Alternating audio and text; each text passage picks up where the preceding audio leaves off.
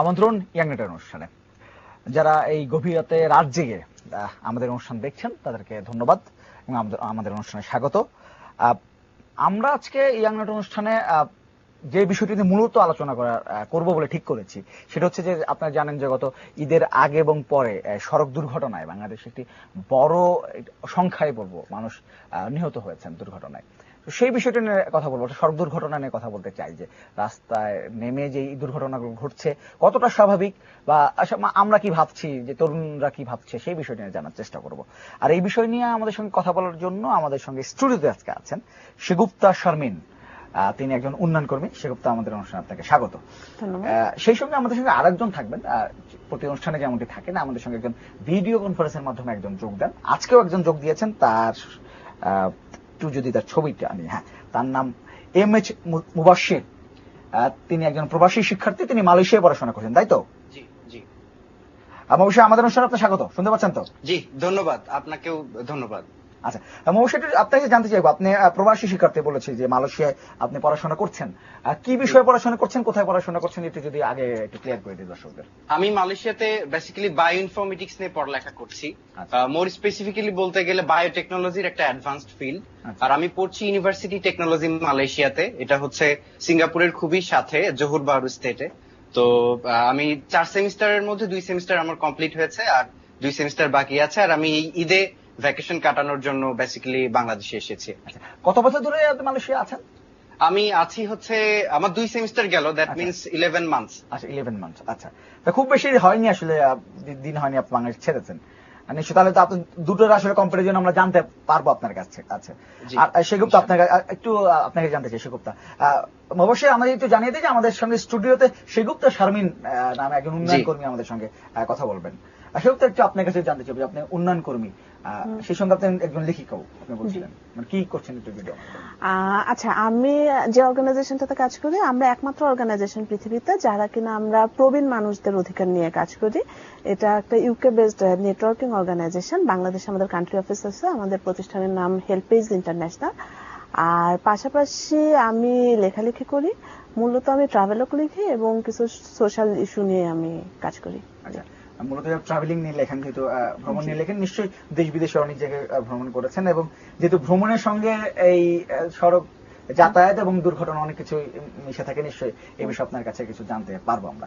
দর্শক, আলোচনায় চলে যাওয়ার আগে একটু জানিয়ে দিই, যারা আমাদের নিয়মিত দর্শক তারা তো জানেনি ব্যাপারটা, তারপরে যারা আজকে যোগ দিয়েছেন তাদেরকে জানিয়ে দিই যে আমাদের এই অনুষ্ঠানে বা আমাদের এই আলোচনার মাঝখানে আপনি সরাসরি যোগ দিতে পারেন। আমাদের ফোন নাম্বার আছে, আমাদের ফেসবুক পেজ আছে, সেই সঙ্গে আমাদের স্কাইপ নাম্বারটাও আছে, নিশ্চয়ই এর মধ্যে স্ক্রিনে দেওয়া হচ্ছে। সেই নাম্বারগুলোতে এই 3টি মাধ্যমেই আপনারা আমাদের সঙ্গে যোগাযোগ করতে পারেন এবং আমাদের সঙ্গে আড্ডায় বলবো আমাদের এই আড্ডায় যোগ দিতে পারেন। হ্যাঁ, আলোচনা যাওয়ার আগে আমার মনে হয় একটু আমরা প্রতি অনুষ্ঠানে এমনটা করি যে অনলাইন পত্রিকাগুলো আসলে মূল নিউজটা কি সেই বিষয়ে এগুলো একটু দেখি, তারপরে আমরা আলোচনায় ঢুকবো। প্রথমে বাংলা নিউজ আছে আমার কাছে। বাংলা নিউজের প্রথম যদি নিউজটা দেখি, একটি নিউজ বেশি গুরুত্বপূর্ণ এবং আলোচনা হচ্ছে, সেটি হচ্ছে ছাত্রলীগের নতুন সভাপতি সোহাগ, সাধারণ সম্পাদক জাকির। আজকে বাংলাদেশ ছাত্রলীগের সম্মেলন, জাতীয় সম্মেলন হয়েছে, 28তম জাতীয় সম্মেলন, এবং সেখানে তাদের নতুন সভাপতি এবং সাধারণ সম্পাদক নির্বাচিত হয়েছেন। তো সেই বিষয়টি অবশ্যই এসছে। আর একটি আসছে, চট্টগ্রাম সিটি কর্পোরেশন একটি খবর আছে, সেখানে বলা হচ্ছে দেনার কথা বললেও পাওনার হিসাব দেননি নাসির। চট্টগ্রাম সিটি কর্পোরেশনের একটি খবর। আরেকটি যদি বলি, কোন খবর আছে, সিঙ্গাপুরে গেলেন ফখরুল ইসলাম আলমগীর, বিএনপির ভারপ্রাপ্ত মহাসচিব, তিনি সিঙ্গাপুরে গেছেন আজকে চিকিৎসার জন্য, সেটিও ফলো করে ছাপা হয়েছে। আমি বিবিসির যদি দেখি, বিবিসি বাংলার তারা কি নিউজটা করেছে, তারা যে প্রধান নিউজটি এসছে সেটি হচ্ছে যে সম্প্রচার আইনে টিভির মাত্রাতিরিক্ত বিজ্ঞাপন কমবে। আমি আলোচনার শুরুতেই বলছিলাম এটি নিয়ে একটু কথা বলতে চাই।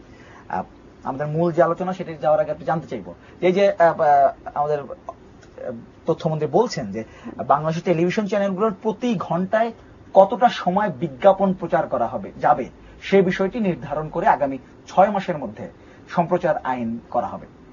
এই যে বিজ্ঞাপন ঠিক করে, বিজ্ঞাপন নিয়ে আপনি সাধারণ দর্শক যে টেলিভিশন দেখেন কতটা আসলে স্বস্তিতে থাকেন কিংবা অস্বস্তিতে থাকেন?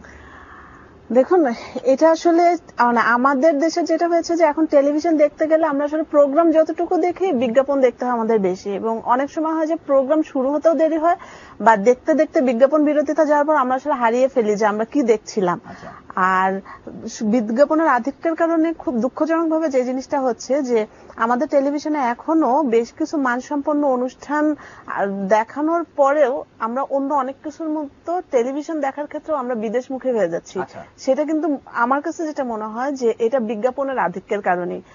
আর এখন যারা আমরা টেলিভিশন দেখি, আমরা তো বিনোদন তো একটা ব্যাপার আছে, এবং আমরা কিন্তু মানে আমাদের অপশন অনেক এবং আমাদের সময়ের মূল্য অনেক বেশি। তো যখন হয় যে আমি একটা জিনিস দেখতে ইচ্ছা করলাম, সেটা দেখতে নিয়ে যখন বিজ্ঞাপনগুলো এসে আমাদেরকে বিরক্ত করে, তখন খুব সহজেই আমরা মানে অন্য চ্যানেলে চলে যাই বা অন্য কিছু দেখি। সে কারণে দেখা যায় কোনো অনুষ্ঠান পুরোপুরিও আমাদেরও দেখা হয় না। এই ক্ষেত্রে নির্মাতারা কিন্তু মানে তারা একটা অনুষ্ঠান কষ্ট করে করলেন, চ্যানেলগুলো প্রচার করছেন, কিন্তু দর্শক সেটা দেখছে না।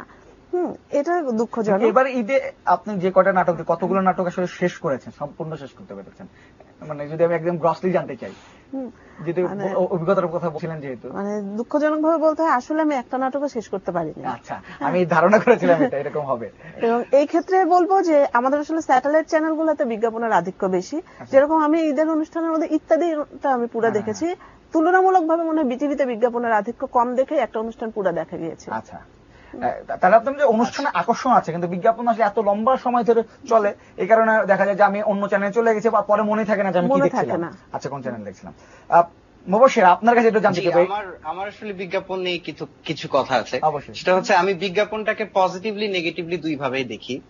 নেগেটিভ যে বিষয়টা, সেটা হচ্ছে যে একটা প্রোগ্রামের জন্য আসলে অনেক মানুষ বিশেষ কিছু প্রোগ্রাম আছে, যেরকম ইত্যাদির কথা বললেন, এরকম অনেক প্রোগ্রামের জন্য অনেক বেশ কিছু নাটকের জন্য, টেলিফিল্মের জন্য অনেক দর্শক অনেক আগে থেকে অপেক্ষা করেন। কিন্তু ওই নাটকটার মধ্যে বা টেলিফিল্মের মধ্যে বা ওই অনুষ্ঠানটার মধ্যে যখন বিজ্ঞাপন বেশি চলে আসে, তখন ওই নাটকের মূল গল্পটা কিন্তু আর মাথায় থাকে না। আচ্ছা আচ্ছা, যে আমি 10 মিনিট দেখে বিজ্ঞাপনে চলে গেলাম, ওই 10 মিনিট আগে কি হয়েছিল এটা আর মাথায় থাকে না। তো এটা একটা অনেক বড় ডিসঅ্যাডভান্টেজ বিজ্ঞাপনের।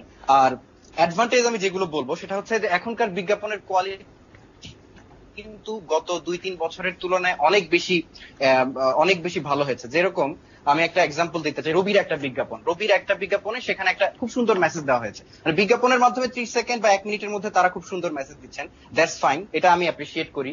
বাট সেই সাথে আমাদের এটাও বুঝতে হবে যে আমার একটা প্রোগ্রামের পরে একটা বিজ্ঞাপন হলে বা একটা প্রোগ্রামের মাঝখানে একটা বিজ্ঞাপন হলে আমাদের কাছে 100টা চ্যানেল দেখা যাবে যে আমরা চ্যানেল চেঞ্জ করে আরেকটা চ্যানেলে যখন যাব, 17 থেকে 18 যাব, তখন ওই আবার ঘুরে 18 আসতে ওই প্রোগ্রামই শেষ হয়ে যাবে। তো এটা একটা অনেক বড় ডিসঅ্যাডভান্টেজেস। তবে আপনি যেটা জানতে চাইবো, আপনি যদি মালয়েশিয়ায় থাকেন, সেখানে তো টেলিভিশন দেখেন, সেখানে কি আসলে বিজ্ঞাপনটা এত থাকে মাঝখানে?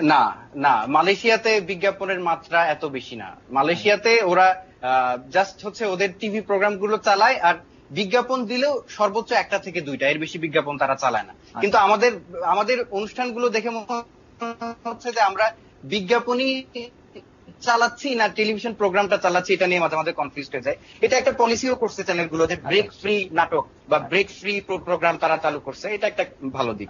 এটাই। আচ্ছা, ঠিক আছে, আমরা এই বিষয়ে আরো কথা বলবো নিশ্চয়ই। অনলাইন পত্রিকাগুলো আর কি আছে সেই বিষয় নিয়ে কথা বলবো। তো তার আগে আমি যে বিষয়টা নিয়ে বলছিলাম যে কথা বলবো, সেই বিষয়টা নিয়ে আসতে চাই। সেটা হচ্ছে মহাসড়কে যে দুর্ঘটনা গুলো ঘটলো। আমি একটা পত্রিকা দেখছিলাম, মহাসড়কে মূল্যহীন প্রাণ, মহাসড়কে প্রাণ মূল্যহীন হয়েছে। এর কারণ আছে, তুই আলোচনা যাওয়ার আগে ছোট্ট করে যদি আমি কয়েকটি তথ্য তুলে দিই, যে গত ঈদের আগে এবং পরে 25 তারিখ পর্যন্ত, ঈদের আগে এবং পরে গত 10 দিনে 242 জন সড়ক দুর্ঘটনায় মারা গেছে। আসলে মনে হচ্ছে যে 10 দিনে 242 জন মূল্যহীন প্রাণ হয়ে যাচ্ছে মহাসড়কে। মানে দুর্ঘটনাগুলো আপনার কি মনে হয়? আমি যে কারণগুলো আছে, তারা বলছে যে বেপরোয়া গতিতে গাড়ি চালানো, যারা বিশেষজ্ঞরা আছেন তারা বলছেন ফিটনেসবিহীন যানের আধিক্য, মহাসড়কে ধীর গতির যানবাহন, অনুপরিবেশ, এই কারণগুলো বলছেন। আপনি যে যখন চলাচল করেন, আপনার কাছে কি মনে হয় যে কেন এই দুর্ঘটনাগুলো ঘটে? আচ্ছা, কেন ঘটে সেটা বলার আগে আমি যদি আমার অনুভূতিটা বলি, যে সড়ক দুর্ঘটনা নিয়ে আসলে মানে বিষয়টা এখন হয়ে গেছে যে আমাদের জীবনে মানে বাংলাদেশে আমাদের মানুষের জীবনে কিন্তু আনন্দের উপলক্ষ খুব কম। সেক্ষেত্রে আমাদের একটা উৎসব ঈদে সবাই বাড়ি যায়, এটা কিন্তু আমাদের অন্যতম প্রধান আনন্দের উপলক্ষ। এবং সেই মানে ইদানিংকালে আমরা দেখি যে এই উৎসবটার সাথে ছায়ার মতো ঘাপটি মেরে থাকে হচ্ছে দুর্ঘটনার আশঙ্কা। এবং এতগুলো মৃত্যুর যে আপনি সংখ্যা বললেন, এটা কিন্তু এই বছর বেশি লাগছে বা আলোচনা বেশি হচ্ছে।